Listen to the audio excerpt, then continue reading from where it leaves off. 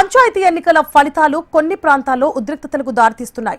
భద్రాద్రి కొత్తగూడెం జిల్లా ఇల్లందులో నిన్న అర్ధరాత్రి ఉద్రిక్తత చోటు చేసుకుంది. ఇందిరానగర్లో కాంగ్రెస్ బీఆర్ఎస్ కార్యకర్తల మధ్య వాగ్వాదం చోటు చేసుకుంది. ఇందిరానగర్ గ్రామ పంచాయతీలోని 4వ వార్డులో కాంగ్రెస్ అభ్యర్థి ఓటమికి బీఆర్ఎస్ కార్యకర్త రాజశేఖర్ కారణమంటూ అతడిపై మాజీ ఎంపీటీసీ రాము కాంగ్రెస్ నేతలు దాడి చేశారు. ఈ క్రమంలో అడ్డుకోబోయిన మరో ఇద్దరిని కూడా కాంగ్రెస్ కార్యకర్తలు గాయపరిచారు. ఈ ఘటనలో రాజశేఖర్ కు తీవ్ర గాయాలు కాగా మరో ఇద్దరికి స్వల్ప గాయాలయ్యాయి. దీంతో వారిని ఇల్లందు ప్రభుత్వాసుపత్రికి తరలించి చికిత్స అందిస్తున్నారు.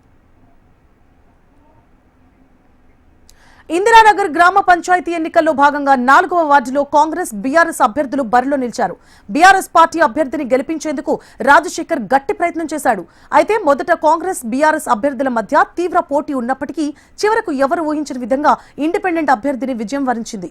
ఇది సహించని మాజీ ఎంపీటీసీ రాము స్థానిక కాంగ్రెస్ కార్యకర్తలతో కలిసి బీఆర్ఎస్ కార్యకర్త రాజశేఖర్ పై దాడికి పాల్పడ్డాడు. బీఆర్ఎస్ అభ్యర్థి పోటీ చేయకపోతే కాంగ్రెసే గెలిచేదంటూ ఘర్షణకు దిగాడు. పాత కక్షల నేపథ్యంలోనే తనపై దాడి చేశారని ఆరోపిస్తున్నాడు బాధితుడు.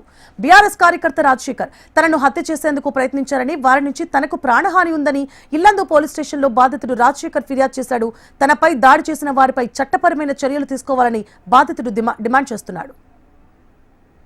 నిన్న జరిగిన గ్రామ పంచాయతీ సర్పంచ్ ఎలక్షన్లో మా అభ్యర్థిని గెలిపించుకోవడం కోసం మేము కృషి చేసి పనిచేసినందుకు రిజర్వేషన్ ఎస్టీ అయితే అక్కడ వార్డు నెంబర్ని వేరే అక్కని పెట్టి గెలిపిస్తే మా దగ్గర సర్పంచ్ మీకు గెలిచిన వార్డు నెంబర్ వీడి గెలిపించిండు అని కుట్రతోటి 10 అట్లా అయితే అన్న టైంలో నేను నిద్రపోతే నా ఇంటి మీదకి ఇంట్లోకి వచ్చి తలుపు తీసి నన్ను లేపి మండల్ రాము, వీళ్ళు లక్ష్మణ్, ఆనందరావు, భార్గవ్, వాడు సతీష్ అన్నోడు వీళ్ళందరూ నా మీద దాడి చేసి నన్ను ఇష్టం వచ్చినట్టు కొట్టి అరే నువ్వు చంపేస్తాను రా అని చెప్పేసి అన్నాడు. మండల్ రాము కత్తి తీసుకొని వెళ్ళిపోతా అన్న కత్తి నువ్వు కత్తి తీసుకొని ఎందుకు పోతాను అన్న వీళ్ళు చంపేస్తామన్నా అని చెప్పేసి అని అంటారు. ఎక్కువలు రాకపోతే మాత్రం నన్ను ఈ పాటికి నేను చనిపోయేటోడిని.